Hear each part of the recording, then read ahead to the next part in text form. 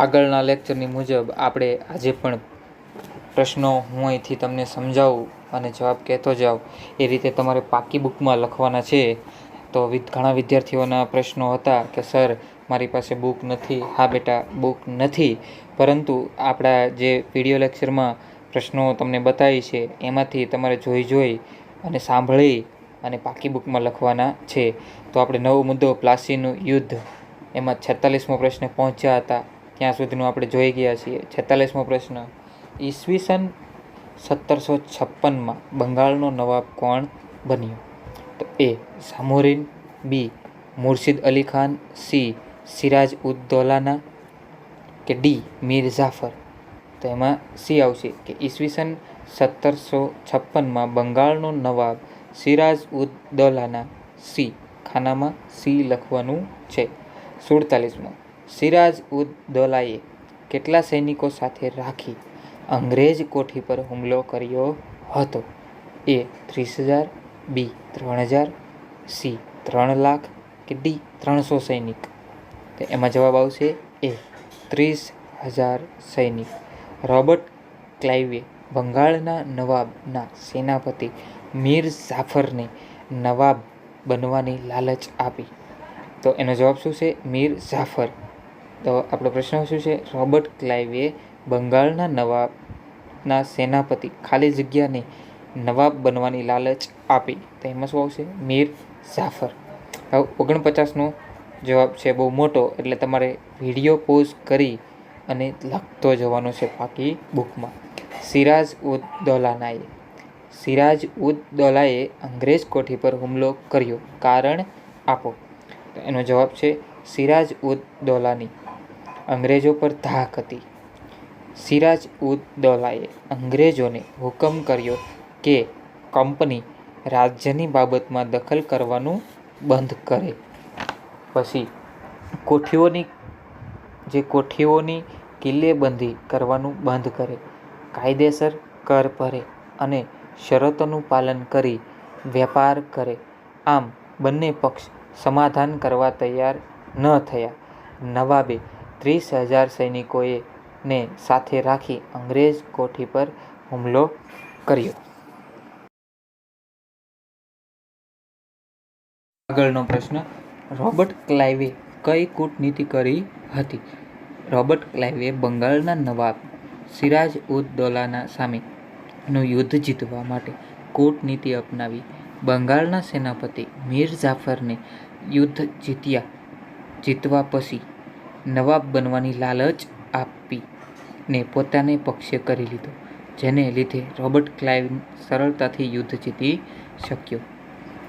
51મો પ્રશ્ન, કયા યુદ્ધથી ભારતનો ઇતિહાસ બદલાયો? પ્લાસીના યુદ્ધ પછી. પ્લાસીના યુદ્ધથી ભારતનો ઇતિહાસ બદલાયો. 52મો પ્રશ્ન, પ્લાસીનું યુદ્ધ કોની વચ્ચે લડાયું?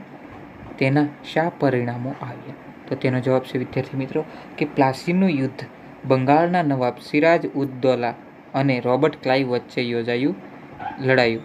આ યુદ્ધમાં બંગાળના નવાબની હાર થઈ અને અંગ્રેજ અધિકારી રોબર્ટ ક્લાઇવની જીત થઈ. આ યુદ્ધ પછી બંગાળના સેનાપતિ મીર જાફરને નવાબ બનાવાયો. ભારતમાં અંગ્રેજ સત્તાની શરૂઆત થઈ. આ યુદ્ધ ભારતના ઇતિહાસમાં મહત્વની ઘટના ગણાય છે. પ્લાસીના યુદ્ધની જીત પછી અંગ્રેજોએ ભારતને ધીરે ધીરે ગુલામીની જંજીરમાં જકડી લીધું અને આવનારા સમયમાં શક્તિશાળી સત્તા બનવાના બીજ રોપાયા. હવે આગળ નવો ટોપિક, બક્સરની લડાઈ. તો બક્સરની જે લડાઈ હતી એમાંથી કેવા પ્રશ્નો પૂછાઈ શકે તેના વિશે આપણે ચર્ચા કરીએ. તો 53મો પ્રશ્ન, પ્લાસીના યુદ્ધ પછી અંગ્રેજોએ કોને બંગાળનો નવાબ બનાવ્યો? Option A Mir Jafar, option B Mir Kasim, option C Robert Clive, D કોઈને પણ નહીં. તો એનો જવાબ છે એ મીર જાફર. 54મો પ્રશ્ન, બ્રિટિશ કંપનીએ મીર જાફરને બંગાળના નવાબ તરીકે પદભ્રષ્ટ કરી ખાલી જગ્યાને નવાબ બનાવ્યો. તો એમાં આવશે મીર કાસિમ. બ્રિટિશ કંપનીએ મીર જાફરને બંગાળના નવાબ તરીકે પદભ્રષ્ટ કરી મીર કાસિમને નવાબ બનાવ્યો.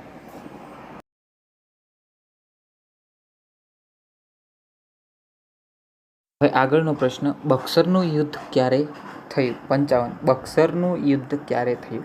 ઓપ્શન એ ઈસવીસન 1764, ઈસવીસન 1551, ઈસવીસન 1757 કે ઈસવીસન 1765. એ ઓપ્શન એ આવશે. બક્સરનું યુદ્ધ ઈસવીસન 1764માં થયું. 56મો પ્રશ્ન, બક્સરની લડાઈમાં ખાલી જગ્યાની હાર થઈ. તો બક્સરની લડાઈમાં મીર કાસિમની હાર થઈ. કોની? મીર કાસિમની. ઓપ્શન એ અંગ્રેજો, બી મીર કાસિમ, સી મીર જાફર કે ડી સિરાજ ઉદ દૌલાના. ઓપ્શન આવશે બી મીર કાસિમ. બક્સરની લડાઈમાં અંગ્રેજોનો પરાજય થયો. આ વિધાન સત્ય છે કે ખોટું છે? તો આ વિધાન ખોટું છે. હવે આગળનો પ્રશ્ન, પ્રશ્ન નંબર 58. મીર જાફરનું મૃત્યુ ખાલી જગ્યામાં થયું હતું. મીર જાફરનું મૃત્યુ ક્યારે થયું એમ પણ પૂછાઈ શકે. તો ઓપ્શન શું છે? 1764, ઈસવીસન એ 1764, ઓપ્શન બી ઈસવીસન 1765, ઓપ્શન સી ઈસવીસન 1751, ઈસવીસન 1805. તો ઓપ્શન શું આવશે? બી ઈસવીસન 1765માં મૃત્યુ થયું મીર જાફરનું. 59મો પ્રશ્ન છે, બક્સરની લડાઈ શાથી થઈ તેનું શું પરિણામ આવ્યું? તો એનો પ્રશ્ન તમારે વિડીયો પોઝ કરીને લખતો જવાનો છે પાકી બુકમાં. તો મીર જાફરને બંગાળનો નવાબ બનાવીને કંપનીએ પોતાની ઈચ્છા સંતોષી, પણ કેટલીક બાબતોમાં મીર જાફર કંપનીનો વિરોધ કરતો હતો. તેથી તેને દૂર કરી મીર કાસિમને નવાબ બનાવવામાં આવ્યો. નવાબ બન્યા પછી મીર કાસિમ કંપનીને પરેશાન કરવા લાગ્યો. આથી ઈસવીસન 1764માં મીર કાસિમ અને કંપની વચ્ચે બક્સરની લડાઈ થઈ. બક્સરની આ લડાઈમાં મીર કાસિમની હાર થઈ અને અંગ્રેજોની જીત થઈ.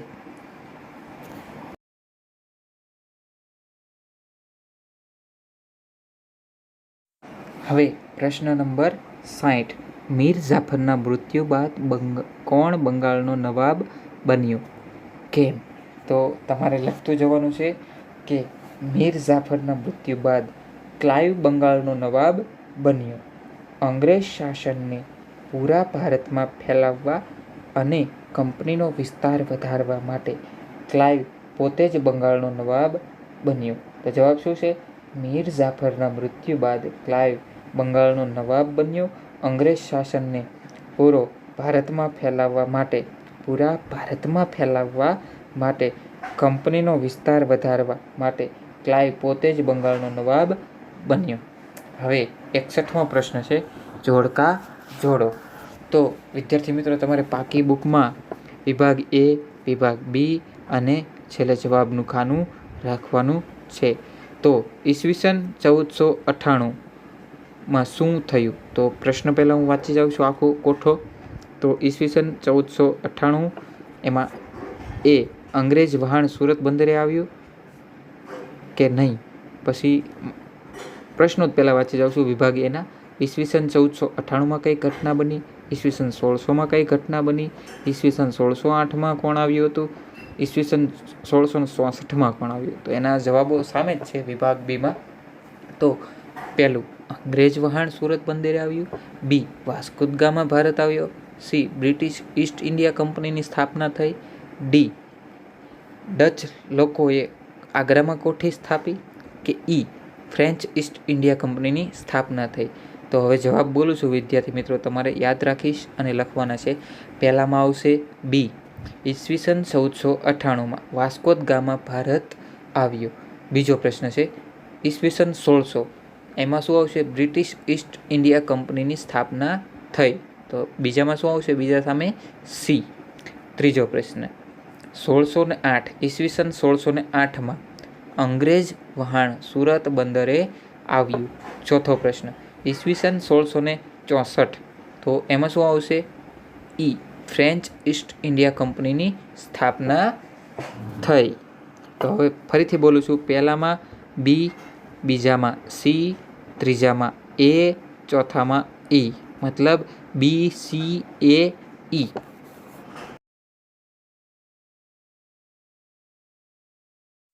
હવે આવી જ રીતના એક બીજું જોડકું છે. વિભાગ અ, વિભાગ બ અને જવાબ. તો પહેલો વિભાગ વાંચી જાઉં છું તમારે સમજાવવા માટે. ઈસવીસન 1502, ઈસવીસન 1663, ત્રીજું ઈસવીસન 1757, ચોથું ઈસવીસન 1764. વિભાગ બી. એ. અબુ કરકે ગોવા જીતી લીધું. બી. બક્સરનું યુદ્ધ. સી. પ્લાસીનું યુદ્ધ થયું. ડી. પોર્ટુગીઝોએ કાલિકટમાં કોઠી સ્થાપી. ઈ. ડચ લોકોએ આગ્રામાં કોઠી સ્થાપી.